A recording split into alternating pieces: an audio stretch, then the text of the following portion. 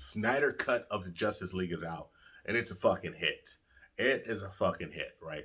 And so, what I'm really curious about, and of course, I'm making this video late, so I don't expect it to do well. I'm not trying to chase it. I really wanted to take a real deep dive, watch it a couple of times, and think what's the difference and why is this so compelling to me as compared to the original theatrical release. So first thing I want to do is start with the casting. The casting's all the same. Henry Cavill is Superman, who I think he's an excellent Superman. I think he's literally the best choice for Superman that you can make. The look, his acting skill. Ben Affleck is Batman. I don't understand why he's not popular. I do understand that I like the idea of having an aging Batman and bringing in a younger Batman.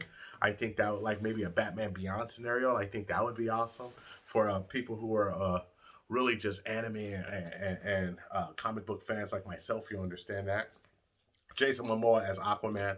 Aquaman was a great movie. I think Jason Momoa uh, really makes Aquaman more viable as somebody who's powerful and not just the weakest motherfucker in a crew like the rappers used to call. You know, battle rappers, when you're going to get somebody, if he was weak in the crew, you'd always say, oh, this motherfucker's the Aquaman of the crew.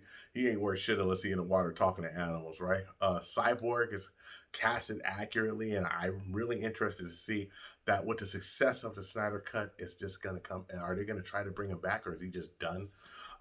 And also, I'm really interested as just Gal Gadot as Wonder Woman 1984, which was a little of a letdown. Not so much of a letdown for me because I never believed that a sequel was going to be as good as the original. I think that when people go into it thinking that it's going to be good, very rarely do you get an Empire Strikes Back or a Star Trek 2 The Wrath of Khan. Most likely you get fucking Wonder Woman 1984 where they're trying to stretch and they just don't quite connect the dots even though they had great actors. So what am I saying with all of this? What I'm saying is that this was a pretty fucking good lineup, but the movie just absolutely sucked. What are the differences between the Justice League Snyder Cut and a theatrical release? Well, number one, I believe that Joss Whedon was brought on to try to rescue it, and he just made it quirky.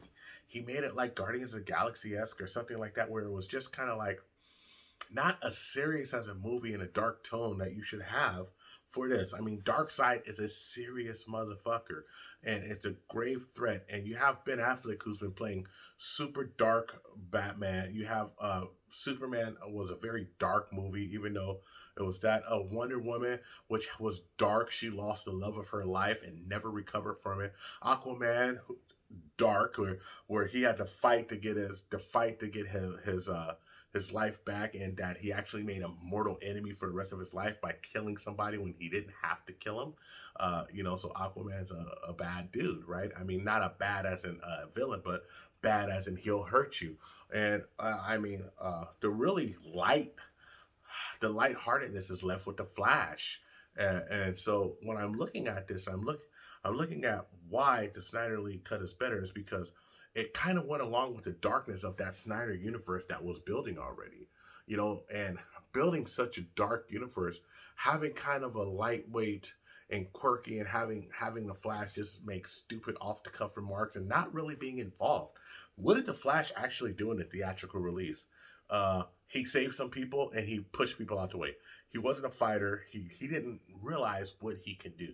The Flash is a very powerful character in the DCU, and he was a very weak character in the Justice League theatrical release. Well, he was super powerful in the Snyder Cut. So there's some spoilers coming on, but I'm just going to break down the main things that I think made this better. Despite the 4-hour runtime, which is really hard for the average person to watch, attention spans are used to jump cuts, and so 4 hours, that's quite a haul. But I have to say that I watched it for 4 hours twice, and it was worth it.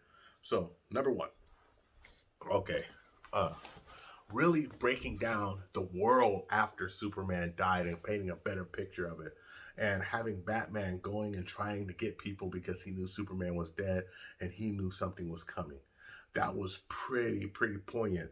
And just driving the point home that something was coming, and just really taking time and building up Steppenwolf as a big bad character and as somebody who was to be reckoned with, but also not making the rest of the Justice League look so inept that Steppenwolf just wipes the floor with him, wipes the floor with him, wipes the floor with him, and then Superman comes and flicks him with his pinky, and Steppenwolf just dies, right? Of course, Superman is omega powered; he's super powered, but Steppenwolf conquer worlds, saying that 100,000 worlds have fallen before your 50,000 worlds or whatever it is has fallen, and this one will too, and Defenders have fallen. It's very interesting, right? Also, changing it that Steppenwolf wasn't the person who invaded Earth before, but Darkseid was a person who invaded Earth and lost, right? And that he was almost mortally wounded by the old gods. And when I say the old gods, we're talking about Zeus and gosh, I forgot the other god's name. And since I do this in one take, I'm not even gonna pursue it more. If it comes to me, it comes to me. But he was hit in the neck with an axe by the old gods, and he was pulled away, and they were forced to retreat. Very, very interesting. Also, a Green Lantern that was fighting along them. Uh, just kind of building the story of how dangerous Darkseid was. Now, when Steppenwolf came, Steppenwolf, the way he looked in a theatrical release, he was uninspired. The way he looked in a Snyder cut, he looked fucking scary. His armor was actually reactive, and his armor actually was there to protect him. It seems like the original Steppenwolf, like I was really wondering why people were having such a hard time with him, to be honest. But that was just not the case in this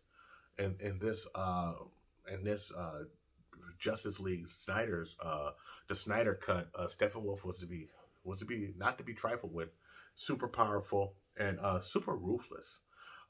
Really breaking down the mother boxes and also having the mother boxes talk to Cyborg, super important.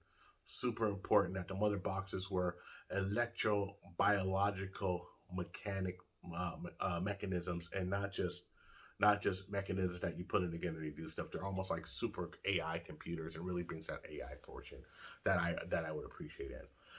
So we have it, character development, super dark, and just the story just made sense. I get the sense that this was supposed to be two movies, and Snyder got to do it in one movie, 4 hours. And I think that Warner Brothers absolutely did it the right way. I think not only did they do it the right way, but they're going to continue doing it the right way.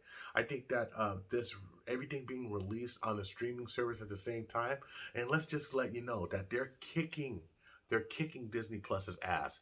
That this outdid all of Disney Plus's releases, right? The Mandalorian was the biggest release they had on streaming, and that this Snyderverse, this Zack Snyder's version of Justice League, outsold almost 2 to 1 what the Winter Soldier did, outstreamed it, and there's been more subscriptions because of this than Disney Plus got for the Mandalorian. So all in all, this is the only thing I can hope for the future. I hope that Warner Brothers, now that they're a Time Warner company, all right, and now that they're Warner Brothers Media, and they're not being controlled by the movie theater, I mean by the Warner Brothers Studios as much as they're being controlled by the media side of it, the media company. I hope that Warner Media says that let's go on with the Snyderverse. And I'm hearing things. I'm hearing that Justice League 2 is just a shoo-in now. Zack Snyder is going to do it. And he was so smart. He left so many Easter eggs, and he just left it up that we're really interested to see what happens with Darkseid. And you know what? They spent $70 additional million for this, which for reshoots, which is not a lot. I think that, for what they got, because you have to understand, there's no fucking entertainment. Movie theaters are empty. Uh, Godzilla versus King Kong, released in the movie theaters and released streaming, did about 75 million in its opening weekend. 25 million in its opening weekend. That's what it's projected, which people think that's awesome. But I'm telling you something. If you spend $100 million on a movie has about a 3-week run before it's put it out, and then you go international. So that's just to make their money back. They're going to need to do a lot more, because that Godzilla versus King Kong is way more than 100 million. I think that the future, with people not being really vaccinated or just not wanting to go to movies and be around a lot of people, they're not being drive-ins. If there was drive-ins, people would watch it all the time. I think you do really get watching this at the drive-in theater. But since there's not drive-ins, since that model kind of like disappeared, and it's going to be a while before you bring it back, and that might be something that people do, because you could be in your pod in your car watching it, 2 people sitting there watching it, and you could just charge per car per admission. but it's going to change the game. Since that's gonna be maybe the way it's going, maybe things like the Snyderverse being streamed directly to your home is gonna be how it's doing, how we're gonna do it in the future. I don't know. I do know that one thing, that human beings want to be entertained, and entertainment is a big business. I know that California with Governor Hairdo even made movies an essential business. With that being said, what an excellent job that the Snyderverse did. No matter what you think about, no matter what you think about the original Justice League, even if you don't think that this is great, you have to say that it's 10 times better than what they put out in the movie theater. More, more development. It made more sense of why, of who Darkseid actually is. Why mention Darkseid but not show him if you're not going to do a second one? It just doesn't fucking make sense. And so showing Darkseid here, now at least there was a payoff to who he was and how powerful he was. But also by showing Darkseid as the big bad and introducing the big bad, but not letting him really get busy. Then him saying, okay, we lost the mother boxes. How will we do it now? Okay, we'll do it the old way, and that they're gonna come to Earth and invade Earth. I think that's gonna be awesome. And having the alternate Earth flashbacks at the end where Batman is leading a group of super criminals and superheroes, and the person is Superman, who they're most worried about. So now, is this an alternative universe, or is this it? Superman goes bad. And so that's going to be really, really great to watch. And I hope that they do another one. I hope that the Snyderverse is put into the DCU, because they have a chance to challenge Marvel. Because I'm not sure what Marvel's going to do in Phase 4. I got to tell you that WandaVision was quite interesting. Falcon and the Winter Soldier, interesting. Not really motivating me as much as I thought it would. And I'm hoping that the Black Widow one is released on streaming and in the movie theaters like they plan on doing, is really kicks off Phase 4. But I'm wondering, why would you kick off Phase 4 with someone who's dead? How are you going to bring them back? How are you going to think about it? With that, but hey, everybody can come back in the movies. Fuck, I just seen Fast and the Furious 9 and Han's back for the third fucking time. That motherfucker's died 3 times. So in the movies, anything is possible, and that's why we like movies. So that's my take on the Snyderverse. I hope you enjoyed it. I think it's an awesome thing to watch. Take time. If you don't have HBO streaming, it might be a reason to get it, because there's going to be a lot of great movies, especially sci-fi. Dune's coming out later on this year on it. 2021 is going to be direct to streaming. What Warner Brothers is doing on HBO Max is that they're releasing all of their releases this year streaming first, and in the movie theater, then it goes away and you can buy it on other platforms. I think that's pretty damn smart. Take care of yourselves. God bless. And talk all the shit. I will talk more.